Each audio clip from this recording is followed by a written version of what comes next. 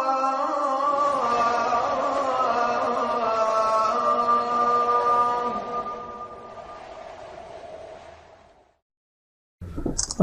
للہ رب العالمین والصلاة والسلام علی من کان نبیا وآدم بین الماء والطین محمد المصطفیٰ وعلی آلہ واصحابہ اولی الصدق والصفاء اما بعد وقد قال اللہ تبارک وتعالی جل جلالہ في القرآن المجيد والفرقان الحميد أعوذ بالله من الشيطان الرجيم بسم الله الرحمن الرحيم شهر رمضان الذي أنزل فيه القرآن هدى للناس وبينات من الهدى والفرقان ومن شهد منكم الشهر فليصم صدق الله مولانا العظيم وبلغنا رسوله النبي الكريم ونحن على ذلك من الشاهدين والشاكرين والحمد لله رب العالمين والصلاة والسلام عليك يا سيدي يا رسول الله وعلى آلك وأصحابك يا حبيب الله والصلاة والسلام عليك يا سيدي يا رسول الله وعلى آلك وأصحابك يا حبيب الله والصلاة والسلام عليك يا سيدي يا رسول الله وعلى آلك وأصحابك يا حبيب الله.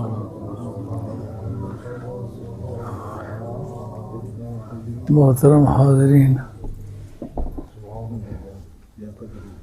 ماہ رجب شریف اختتام پذیر ہوا، شعبان شریف شروع ہوا۔ یہ ماہ رمضان کا تمہیدی مقدمہ ہے۔ ماہ رمضان کی آمد کے لیے مسلمانوں کے دل دماغ کو الرٹ کرتا ہے، اور اللہ کی بارگاہ میں ان ایام کی بڑی قیمت ہے جن ایام میں اللہ تبارک و تعالیٰ کی رحمتیں نازل ہوئی ہیں۔ ماہ شعبان کے متعلق ایک آیت پیش کی جاتی ہے، اِنَّا أَنزَلْنَاهُ فِي لَيْلَةٍ مُبَارَكَةٍ إِنَّا كُنَّا مُنذِرِينَ۔ ہم نے اس کو برکت والی رات میں نازل کیا ہے، اور ہم اس کے نازل کرنے والے ہیں، اور ہم ڈرانے والے ہیں۔ اس آیت کے لیے اہل علم نے غور کیا ہے کہ کیا 15ویں ماہ شعبان کے متعلق ہے یا نہیں۔ اکثریت مفسرین کی اس طرف ہے کہ اس سے مراد لیلۃ القدر ہے، شب برات نہیں ہے۔ لیکن اگر اس آیت سے یہ شب برات مراد نہ ہو تو کیا اور جو احادیث کے اندر اس کے فضائل آئے ہیں وہ بھی ختم ہو جائیں گے؟ نہیں۔ اگر آیت کا مدلول وہ رات نہیں بنتی تو باقی فضائل جو نبی کریم علیہ السلام نے اپنی زبان مبارک سے شب برات کے بارے میں ارشاد فرمائے ہیں ان کو کینسل نہیں کیا جا سکتا، وہ اپنی جگہ برکتیں رہیں گی، متعدد برکتیں۔ اور میرا اپنا خیال یہ ہے کہ شب برات کے بارے میں جتنی احادیث آئی ہیں ان میں اکثریت جناب حضر قرار کی مرویات ہیں، اور چونکہ دور بنو امیہ میں جمع حدیث کا کام شروع ہوا اور دور عباسیہ میں وہ پائے تکمیل کو پہنچا، تو دونوں برادریاں جو تھیں وہ حضرت حیدر قرار کے خلاف ورک کرتی تھیں۔ اس لیے جس حدیث میں جناب حیدر قرار کا نام آتا ہے اس کو ضعیف کہنے کی ہر حالت میں ٹرائی انہوں نے کی ہے۔ یہ ایک بڑی افسوسناک بات ہے۔ جو کل امت مسلمہ کا پیر ہے اور سابقہ بھی سارے اولیاء اللہ کا پیر ہے، جس کو سرکار نے اپنا بھائی فرمایا، یوم مواخات کو سرکاری دو عالم صاحب نے بھائی چارہ کیا، زید کو بکر کا، بکر کو عمر کا، اسے بھائی کیا، بھائی قرار دیا۔ اس کا مقصد یہ تھا کہ مسلمانوں میں ایک دوسرے کے بارے میں تعصب اور نفرت پیدا ہو چلی تھی، یعنی کلمے کو اپنی قومیت سمجھنے کے مقابلے میں یہ رجحان زیادہ عام ہونے لگا تھا، یہ مہاجر ہے، یہ انصار ہے۔ تو سرکار نے اس طرح کے گروپ سازی کو نفرت کی نگاہ سے دیکھا کہ تم وسیع پیمانے پر اپنی نگاہوں کو اسی طرح استعمال کرو جس سے میں کرتا ہوں۔ میں تمہاری قومیت مسلمان سمجھتا ہوں، اس لیے تم بھی اپنے آپ کو مسلمان سمجھو۔ ان کے نفسیاتی اثر کو زائل کرنے کے لیے سرکار نے بھائی چارہ کیا کہ ایک مہاجر کو پکڑ کے کسی انصار کا دوست بنایا، دوسرے کو پکڑ کے کسی دوسرے مہاجر کا بھائی بنایا۔ جس وقت سب بھائی چارہ ہو چکا، جو مین آدمی تھے جن سے یہ خطرہ تھا کہ یہ وزن والے آدمی ہیں، ان کے ساتھ برادری کے چند بازو ہیں، چند افراد ہیں، چند قبیلے ہیں، ان کے ساتھ سیاسی ویٹ ہے، ان کے نفرت کرنے سے باقی لوگوں کے دلوں دماغوں میں نفرت کے احساسات پیدا ہوتے ہیں۔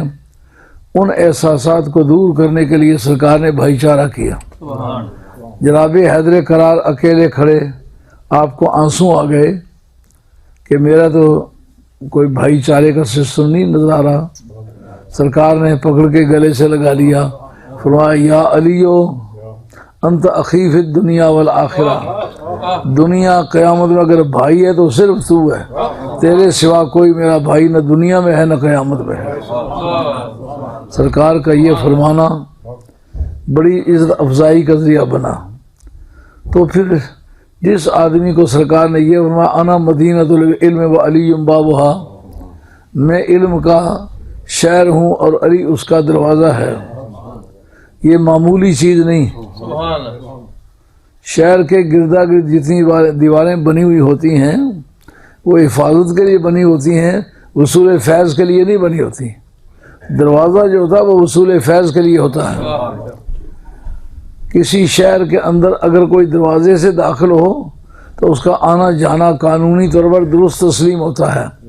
دیوار توڑ کے اندر آئے تو چور معلوم ہوتا ہے، چھت پھاڑ کے اندر آئے تو چور معلوم ہوتا ہے۔ اس کا مطلب یہ ہے کہ بارگاہ رسالت مآب میں اگر کسی اور ذریعے کو استعمال کر کے سرکار کے شہر میں داخل ہونا چاہے تو یہ سرکار کی پالیسی کے خلاف ہے، ایک چوری کی قسم کا کام ہے۔ یہی وجہ ہے کہ پوری امت مسلمہ کے استاد بھی حضرت مولا مرتضیٰ ہیں، پوری امت مسلمہ کے پیر بھی مولا مرتضیٰ ہیں، نہ صرف اس امت کے پیر ہیں بلکہ گزشتہ امتوں کے بھی پیر ہیں۔ سرکار کے یہ فرمان من کنت مولا فہذا علی مولا ہو، جس کا میں مولا ہونا اس کا علی بھی مولا۔ یہ حوالہ دینے کی کیا ضرورت تھی؟ یہ نہیں کہہ سکتے کہ علی مولا المومنین، علی مومنوں کا مولا ہے۔ مطلب مولا کا لفظ جو ہے آزاد کردہ غلام کے لیے بھی استعمال ہوتا ہے، غلام کے لیے استعمال ہوتا ہے، اقربا کے لیے بھی استعمال ہوتا ہے، آزاد کنندہ کے لیے بھی استعمال ہوتا ہے۔ سرکار نے اپنا ذکر اس لیے کیا تاکہ پتہ چلے جس معنی میں مولا ہوں اسی معنی میں علی مولا ہے۔ آج پورے قرآن پر جو زیریں زبریں ملتی ہیں آپ کو، یہ فیضان ہے جناب علی مرتضیٰ کا، اور اس فیضان کا نتیجہ یہ ہے کہ عرب و عجم میں کوئی ایک شوشہ بھی آگے پیچھے نہیں کر سکا۔ تورات بدلی ہے، انجیل بدلی ہے، زبور بدلی ہے، صحیفہ ابراہیم بدلے ہیں، لیکن قرآن کا کوئی ایک سینٹنس کا، ایک جملہ کیا، ایک فریز بھی نہیں بدلا جا سکا، ایک فریز کا، ایک لفظ کے اعراب نہیں بدلے جا سکے۔ تو یہ کیوں نہیں بدلے جا سکے؟ اس کو جناب حیدر قرار نے اس طریقے سے تیار کروایا ابوالاسد بولی کو کہ اگر کوئی کسی جگہ زیر زبر کو چھیڑے تو پورے قرآن مجید میں اس کو الجھن پیش آ جاتی ہے۔ تو قرآن مجید کی زیر زبریں ابوالاسد بولی نے دی ہیں۔ چاہیے تو یہ تھا کہ جو حدیث حضرت علی مرتضیٰ سے روایت ہے وہ سب سے زیادہ مستند مانی جائے، اور کہنے کے طور پر امام بخاری نے بھی یہی بات کی ہے انہوں نے تدریب الراوی شرح تقریب النووی کے اندر لکھا ہے کہ اصح الاسانید کون سی سند ہے حدیث کی؟ یہ جو کہتے ہیں فلاں نے روایت کی فلاں سے، فلاں نے روایت کی فلاں سے، فلاں نے روایت کی فلاں سے، اس کو اسناد کہتے ہیں۔ جہاں سے قال رسول اللہ صلی اللہ علیہ وسلم، یہاں سے کہتے ہیں متن حدیث ہے۔ اس سے پیشتر جو ہے نا فلاں نے فلاں سے روایت کی، فلاں نے فلاں سے روایت کی، اس کا نام ہے اسناد حدیث۔ تو امام بخاری کہتے ہیں اصح الاسانید وہ حدیث ہے جس میں حضرت امام زین العابدین کی معرفت چل کے روایت سلسلہ بسلسلہ جناب حیدر قرار تک پہنچے۔ تو جناب علی مرتضیٰ شیر خدا رضی اللہ تعالیٰ کو سرکار نے اس معنی فرمایا جس معنی میں میں مولا ہوں اس معنی میں علی مولا۔ شب برات کی جتنی احادیث ہیں تقریباً 95% وہ جناب حیدر قرار سے روایت ہے۔ ان میں سے کوئی بھی ایک حدیث ایسی نہیں ہے جس پر ضعیف ہونے کا الزام نہ ہو۔ یار اس میں ذوب کی وجہ کیا ہے؟ وہ تعصب ہے جو جناب حیدر قرار سے تھا۔ طبقات ابن سعد، ابن سعد واقدی کا شاگرد ہے، اور واقدی بالاجماع ریلائبل آدمی نہیں ہے۔ اس پر مورخین اور محدثین کا اجماع ہے کہ ریلائبل آدمی نہیں ہے۔ اس کے اندر جناب حیدر قرار کے بارے میں بغض ہے، یہ ناسبی یا خارجی ذہن کا آدمی ہے۔ اس کا شاگرد ہے ابن سعد۔ ابن سعد نے جو واقعات لکھے باوجود کہ شاگرد ہے، اس کی باتیں معتبر مانی گئی ہیں، واقعی کی باتیں معتبر نہیں مانی گئی۔ اس کے واقعات پڑھو تو بالکل سامنے آمنے سامنے یہ بات آ جاتی ہے کہ جناب ابو طالب کو کافر کافر کہنے کی کیا وجوہات ہیں۔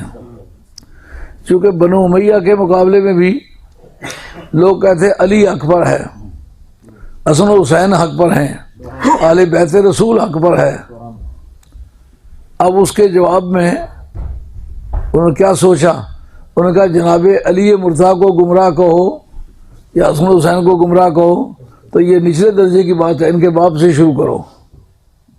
کہ ان کا باپ جو تھا وہ کافر تھا۔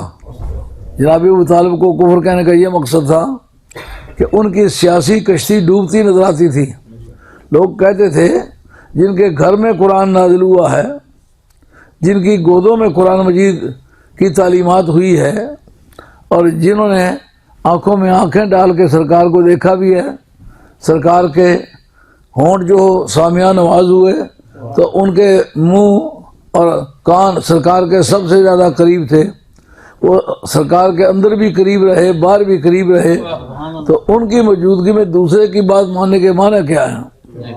اب اس بات سے ہٹانے کے لیے طبقات ابن سعد کے اندر حضرت سید نفس زکیہ ان کے لیٹر ہیں جوابی طور پر، اور ادھر ابو منصور جو ہے وہ خط لکھتا ہے، یہ کہتا ہے کہ تم جناب حیدر قرار کو کہتے ہو وہ سب سے افضل ہے، آل بیت کا عقیدہ افضلیت کا تھا، سارے آل بیت کا، یہاں ریکارڈ یہ بات موجود ہے۔ تو تم تو کافر کی اولاد میں سے ہو۔ آپ نے اس کے جواب میں فرمایا ہمیں سرکار نے اپنی اولاد فرمایا ہے، ہم آل رسول بھی ہیں اولاد رسول بھی ہیں، اس لیے مسلمانوں میں ایک جملہ ان پڑھوں میں بھی سنتے چلائے ہوں گے آپ، آل نبی اولاد علی، یہ فصلیں ہیں۔ آل نبی سرکار کے وہ اقربا بھی ہو سکتے ہیں جو پگڑی کے رشتہ دار ہیں، لیکن اولاد علی جب کہیں تو اس سے وہ جدا ہو جاتے ہیں، اس کا نام ہے فصل، انگریزی میں اس کو ڈفرینشیا کہتے ہیں، یہ لاجک کی زبان ہے، یعنی جو سادات کو اور غیر سادات کو تمیز کرتی ہے کہ آل بیت ہو کر آل محمد ہو کر سید نہ ہوں، ان کی تعریف کیا ہے؟ آل نبی اولاد علی، صرف اولاد علی جو ہے وہ سید نہیں ہے، آل نبی بھی ہو اولاد علی بھی ہو، یہ دونوں صفتیں پائی جائیں تو پھر وہ سادات اور غیر سادات کی تمیز ہو جاتی ہے۔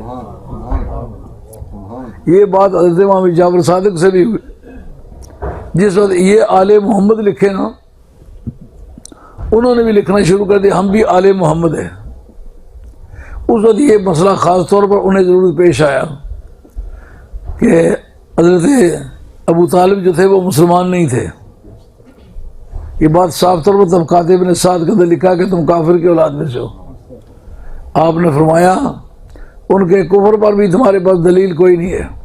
سیرت ابن ہشام جو عالم اسلام کی سب سے پہلی سیرت کی کتاب ہے، مدینہ طیبہ یونیورسٹی میں پڑھائی جاتی ہے، اس کے اندر لکھا ہوا موجود ہے کہ جو جناب ابو طالب کا وصال ہوا اس وقت کفار مکہ مل کے آئے اور حضرت سے آ کے بات کرنا چاہیے، تو ان کا جب تک تو تم زندہ رہے ہو ہمارے اور محمد کے درمیان تم کمپرومائز کراتے رہے ہو، اب اس کو کہو کہ یہ سیدھے راستے پر چلے، نہیں تو ہم اس کو قتل کر ڈالیں گے۔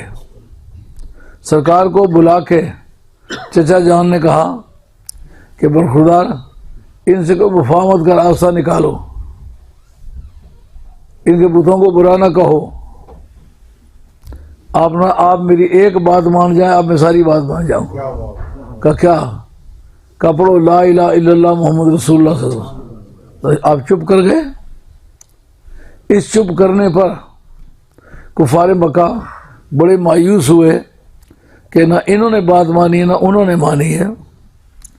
اب جو جا کے اپنی جگہ بیٹھ گئے تو تھوڑی دیر کے بعد آپ کا وصال کا ٹھیک وقت آ گیا، آپ کے ہونٹ ہلتے ہوئے دیکھے تو حضور نے فرمایا حضرت عباس سے جا کے سنو یہ کیا کہتے ہیں۔ جب آپ کے ہونٹوں سے آ کے کان لگا کے سنا تو انہوں نے کہا یا رسول اللہ وہی بات کہہ رہے جو آپ کہہ رہے تھے، یہ لا الہ الا اللہ محمد رسول اللہ پڑھ رہے ہیں۔ یہ سیرت ابن ہشام کے اندر ہے اور وہابی یونیورسٹی کے اندر لگی ہوئی ہے، اس کا انکار کسی طرح کرنا ممکن نہیں ہے۔ تو آپ فرما کہ میرے جد کریم نے تو حضرت نبی کریم علیہ السلام کی وہ خدمات انجام دی ہیں جو کسی نے بھی، نہ ابوبکر صدیق نے، نہ خدیجہ کبریٰ نے، نہ اور کسی نے، پورے عالم اسلام میں اتنی تکالیف کسی نے نہیں اٹھائی جتنی جناب ابو طالب نے اٹھائی ہیں۔ تو ابو لہب نے صرف سرکار کی ولادت کے بعد خوشی سے انگلی ہلائی تھی، اس کو فائدہ پہنچ گیا، تو جس نے پوری زندگی اپنے آپ کو آزار پر پیش کر کے سرکار کو آزار سے بچایا ہے۔ اور جناب علی مرتضیٰ سے کہا کہ تم اپنے چچا زاد بھائی کا ساتھ دو، جو کہ یہ کہتا ہے یہ مانو، اور متعدد آپ کے اشعار موجود ہیں، وَشَقَّ لَهُ مِنْ اسْمِهِ لِيُجِلَّهُ فَذُو الْعَرْشِ مَحْمُودٌ وَهَذَا مُحَمَّدٌ۔ ایک وقت ہے کہ آپ کو کہا گیا کہ بارش کے لیے دعا کریں، باوجود اس کے کہ مخالفت جوبنوں پر ہے۔ اگر جناب ابو طالب کو کفار مکہ بزرگ نہ سمجھتے تو بارش کے لیے کیوں کہتے؟ لیکن جناب ابو طالب نے اپنے بھتیجے حضرت نبی کریم علیہ السلام کو کعبہ شریف کی چوکھٹ پر بٹھایا اور کہا فضل العرش محمود وہذا محمد وشق له من اسمہ لیجلہ۔ اللہ نے اپنے نام سے نام جدا کر کے اس کو نام دیا ہے، وشق له من اسمہ لیجلہ۔ اللہ نے اپنا نام ٹکڑے کر کے نا، اس کا نام ہے اشتقاق، عربی زبان میں گرامیرین ورڈ ہے، اس کا معنی ہے اشتقاق۔ اشتقاق ان تجدہ تناسباً فی اللفظین فی اللفظ والمعنی، دو لفظوں میں معنی کے اندر جو ریزمبلنس ہے وہ بتاتی ہے کہ ایک مصدر ہے ایک مشتق ہے، ایک وہ ہے جس سے لفظ بنا ہے وہ مصدر ہے، ایک وہ لفظ ہے جو بنا ہے اس کا نام ہے مشتق۔ تو جناب ابو طالب کہتے ہیں وَشَقَّ لَهُ مِنْ اسْمِهِ لِيُجِلَّهُ۔ اللہ نے اپنے نام کو جس مادے سے مشتق کیا ہے اسی مادے سے اللہ تعالیٰ نے محبوب کبریا صلی اللہ تعالیٰ علیہ وسلم کی ذات و برکات کا نام مشتق کیا ہے، یعنی فضل عرش محمود، جو عرش والا اس کا نام محمود ہے، وَهَذَا مُحَمَّدُ۔ یہ ایمان لائے بغیر ہوتا ہے؟ عرش والا محمود ہے اور یہ محمد ہے۔ اللہ نے اپنے نام کو کاٹ کے ٹکڑے کر کے اس کا نام جو بنایا ہے وہ اس لیے بنایا ہے تاکہ اس کو شان عطا فرمائے، بزرگی عطا فرمائے۔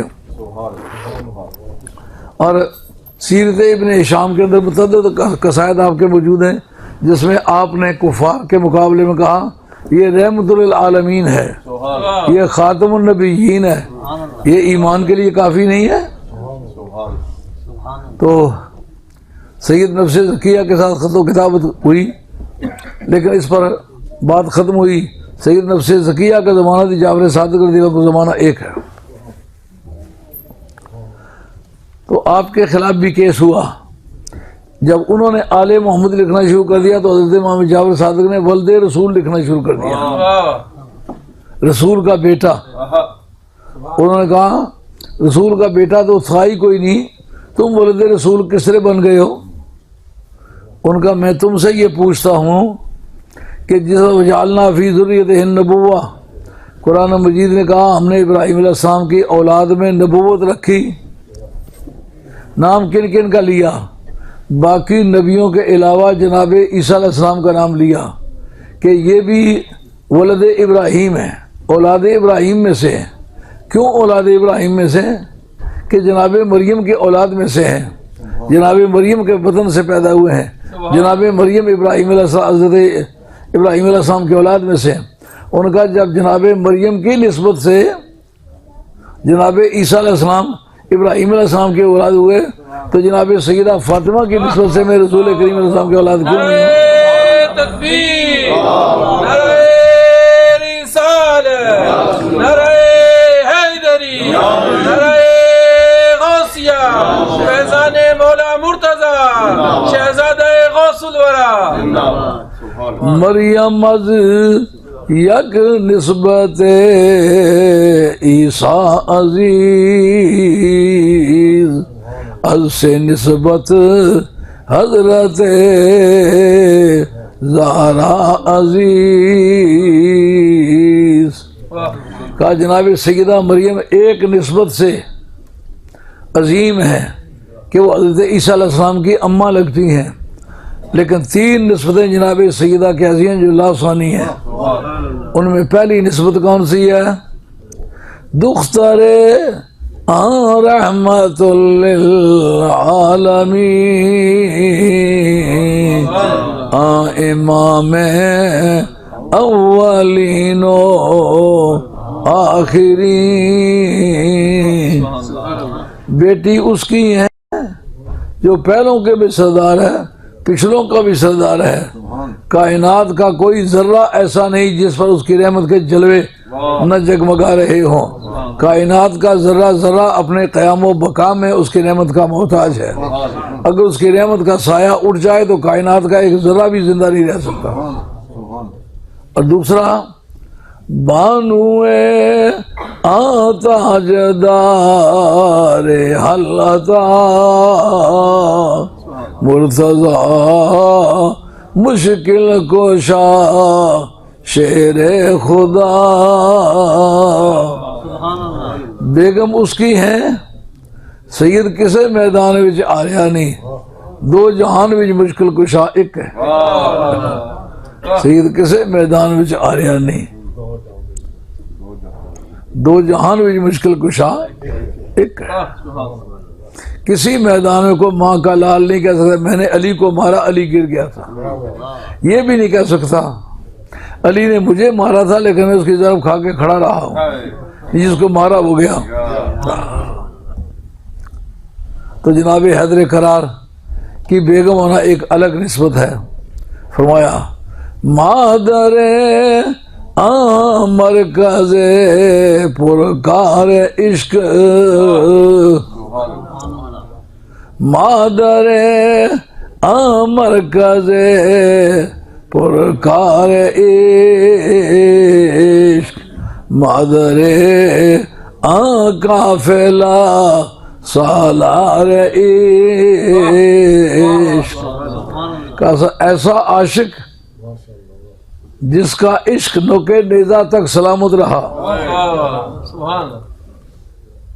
مجنوں پر ایک وقت آیا، لیلا جا کے اس کو کہتی ہے کہ میں لیلا ہوں، آگے تم میرے پیچھے آیا کرتے تھے، اب میں تمہارے پیچھے آتی ہوں۔ انہوں نے کہا چل اپنا کام کر، میں خود لیلا ہوں۔ رانجھا رانجھا کر دینے میں آپ ہی رانجھا ہوئی رانجھا مینو ہر کوئی آنکھے ہیر نہ آنکھے کوئی عشق ایک منزل پر آ کر جواب دیتا ہے واہ حسین تیرے عشق پر قربان نوکے نیزہ پر سر چڑھا ہوا ہے 1,24,000 سے کم و بیش انبیاء و مرسلین بھی دنیا میں گزرے ہیں نبیوں کو شہید بھی کیا گیا ہے نماز ظہر اور عصر کے درمیان 70 انبیاء علیہ السلام کو شہید کیا گیا کسی کا سر نوکے نیزہ پہ چڑھ کے بولا نہیں اگر کائنات میں سر نیزے پر چڑھا ہوا ہے تو بولنے والا قرآن کی زبان بولتا ہے یہ امتیاز صرف حضرت امام حسین کی ذات پاک کا ہے امام بحقی نے یہ حدیث روایت کی ہے لوگ کہتے ہیں ویسے شیعہ کی کتابوں میں بحقی جو ہے وہ شیعہ کی کتاب تو نہیں ہے نا امام جلال الدین سیوطی رحمۃ اللہ کی خصائص کبریٰ باب الاخبار عن الغیوب غیب کی خبریں دینے کا باب اس چیپٹر کے اندر لکھا کہ ایک وقت آئے گا کہ یہ میرا بچہ اس کا سر نوکے نیزہ پر ہوگا یہ قرآن مجید پڑھ رہا ہوگا نور الابصار فی مناقب آل بیت نبی المختار کے اندر سید مومن مصری شبلنجی اپنی کتاب نور الابصار فی مناقب آل بیت نبی المختار اس کے اندر لکھا ہے تو جس خاندان کی یہ قربانیاں ہیں جب برے سے برے وقت میں اس خاندان نے سہارا دیا ہے سب سے افضل پوری امت میں حضرت ابو بکر صدیق رضی اللہ عنہ کہتے جب واپس لوٹ کے آیا تو آگے ایک جوان تھا جو سرکار کے گردا گرد تلوار لے کے سرکار کو ڈیفینڈ کر رہا تھا اسے جناب حیدر کرار کے سوا تو ساتھ تھا کوئی نہیں 50 گھوڑ سواروں کی موجودگی میں 50 بندے گھوڑوں پر سوار ہیں نیزوں کے ذریعے سے حملہ کرتے ہیں اور جناب حیدر کرار پا پیادہ ہیں اور 50 شاہ سواروں کا تنہا مقابلہ کرتے ہیں لیکن 50 کو بھگا کے نکال دیا مگر اپنے مقام سے پیچھے نہیں ہٹے سید کسے میدان وچ آ رہا نہیں دو جہان وچ مشکل کشا ایک ہے تو اب جس خاندان کی حضرت جامی رحمۃ اللہ علیہ عاشقوں کا بادشاہ ہے بجنگ احد چون نبی مادہ تنہا خدا یش فرستادہ ناد علی را جناب حیدر کرار اس وقت کام آئے جب کوئی کام نہ آیا یزید کے وقت جب اصل کیپٹل ہے وہ ایک ایسے بے ایمان کے قبضے میں آ گیا جس کے کفر پر آج علماء کی بڑے محققین کی بڑی تعداد ہے اس کے قبضے میں آ گیا آپ کے پاس کھانے کی روٹی نہیں پہننے کا کپڑا نہیں رہنے کا مکان نہیں زندگی کے وسائل نہیں لیکن کچھ بھی ہے میدان میں نکلنے والا اکیلا امام حسین ہے کہ نہیں جس خاندان کی یہ قربانی ہے اس کے ہر حدیث کو ضعیف کہنا اس بارے میں ایک حدیث پیش کروں شب برات کا جناب حیدر کرار روایت کرتے ہیں کہتے ہیں کہ اللہ تعالیٰ 15ویں ماہ شعبان کو آسمان دنیا پر نزول اجلال فرماتا ہے یعنی اپنے فیضان کا خاص طور پر پرتو پھینکتا ہے اس کی تجلیات کا ورود ہوتا ہے اس وقت وہ آوازیں دیتا کہ حل من مستغفر اغفر له فاغفر له اے کوئی بندہ ایسا جو مجھ سے آج معافی منگے میں اس کے معاف کر دوں پورے سال کے دوران تو بندہ رب کی بارگاہ میں حاضری دیتا ہے اور سوال کرتا ہے مولا کریم میں گناہوں کی معافی مانگنے آیا ہوں آج جو معاف فرمانے والا ہے وہ دروازہ کھٹکھٹا رہا ہے حل من مستغفر فاغفر له ہے کوئی مجھ سے معافی مانگنے والا کہ میں اسے معاف کر دوں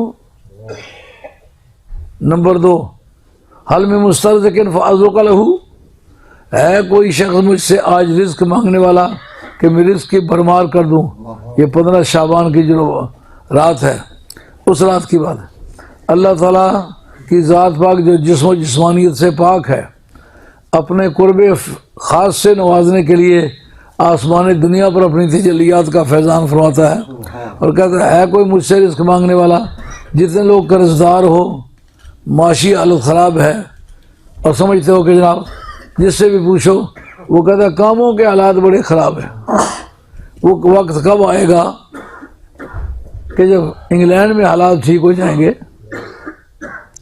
لوگ انگلینڈ آنے کے لیے مرتے ہیں، آپ انگلینڈ کے اندر بیٹھے ہوئے کہتے ہیں حالات خراب ہیں۔ حالات خراب ہے تو 15 شعبان جو آ رہی ہے اس رات کو جانے نہ دیں، رات جاگ کے گزاریں اور دیکھیں گے حضرت مولا مرتضیٰ جس حدیث کے راوی ہیں اس میں واقعاتی سچائی کتنی ہے، ہم نے اس کا تجربہ کر کے دیکھا ہے۔ انشاءاللہ غربت پھر آپ کی گلی سے بھی نہیں گزرے گی۔ ہے کوئی مجھ سے رزق مانگنے والا کہ میں اس کو رزق عطا کر دوں؟ رب کے رزق رسانی کے رنگ بے شمار ہیں۔ میں طالب علمی کے زمانے میں دلی تھا، دریائے جمنا کے کنارے پہ جا کے ورزش کیا کرتا تھا، کبڈی کی عادی تھا میں۔ جس سال دورہ حدیث کیا میں نے کبڈی چھوڑی ہے تو، اور میرے پاس کچھ نہیں تھا سوائے ان 3 کپڑوں کے جو پرزے تھے، گھر سے چھپ کے آیا ہوا تھا۔ اب رب کے رزق پہنچانے کا طریقہ بتاتا ہوں۔ ایک دکان سے دودھ پیا کرتا تھا، اب جناب اس کے پیسے ادا کرنے کا دن قریب آ گیا تو، لیکن میرے پاس پیسہ کچھ نہیں ہے اور میرے کپڑے پھٹے ہوئے ہیں اور ایسے گانٹھیں دی ہوئی ہیں، یعنی ٹاکیاں اور پیبند لگانے کے لیے میرے پاس کپڑا کوئی نہیں ہے، نہ سوئی دھاگا ہے۔ اچانک جناب میں سویا تو میں کیا دیکھتا ہوں، میرے حضرت صاحب رحمۃ اللہ علیہ آپ فرماتے ہیں کہ 600 روپیہ جیمیٹری باکس کے اندر میں نے ڈال کے جس جگہ تو جا کے پیشاب کرتا ہے اس جگہ میں نے رکھ دیا ہے۔ آج جس وقت وہاں جاؤ گے تو اس ریت میں ہاتھ مارنا تو بیچ میں سے نکل آئے گا۔ رب کے دینے کے رنگ بڑے نرالے ہیں۔ سچ مجھ دیکھا 600 روپیہ، شاہ صاحب پنڈی ہیں اور میں دلی ہوں، خط و کتابت کا کوئی ذریعہ نہیں ہے۔ رب جب دینے پر آئے تو یوں دیتا، تو اللہ تعالیٰ مہربانی کرے گا۔ آپ اس رات کا استعمال کریں۔ ہے کوئی آدمی کسی مشکل کا حل تلاش کرنے والا کہ آج رات اس کی مشکل حل کر دوں؟ جس مقدمے میں ہے، بیماری میں ہے، مصیبت میں ہے، اللہ کی بارگاہ میں دعا کریں۔ اے اللہ کریم، تیرے محبوب کی زبان کے بول حضرت علی مرتضیٰ نے ہم تک پہنچائے ہیں۔ سرکار مولا مرتضیٰ کے ایک غلام نے ہمیں یہ حدیث سنائی ہے۔ تیری بارگاہ میں فریاد کرتا ہوں مولا کریم، ان مقدمات سے مجھے نجات عطا فرما، ان بیماریوں سے نجات عطا فرما۔ دیکھیں پھر اللہ کرتا کیا ہے۔ تو عرض خدمت ہے کہ جو عبادات کے ایام ہیں ان کو آپ بڑی اہمیت دیں۔ یہ جتنے بھی اللہ والے لوگ ہوئے ہیں انہوں نے راتیں اچھی طرح گزاری ہیں۔ راتوں کو اچھی طرح سے گزارنے والا من کثرت صلاتہ باللیل یغفر وجهه بالنہار، فرمایا جو رات کو کثرت سے نماز پڑھے دن کے وقت اس کا چہرہ جگمگاتا ہے۔ یہ تبلیغیوں چہرے آپ نے دیکھے ہوں گے، 6 مہینے چلا کٹی دی بڑھنے کر جب بڑھنے ڈنگری کے لیے تلائی نسی کے سے۔ اگر وہ سچ مجھ رب کی نمازیں پڑھنے والی قوم ہو، ان کے چہرے پر رونق ہونے کی بجائے نحوست برس رہی ہوتی ہے۔ اب مضمون اختتام پذیر ہوا، چند ایک ضرور اعلانات سماعت فرمائیے۔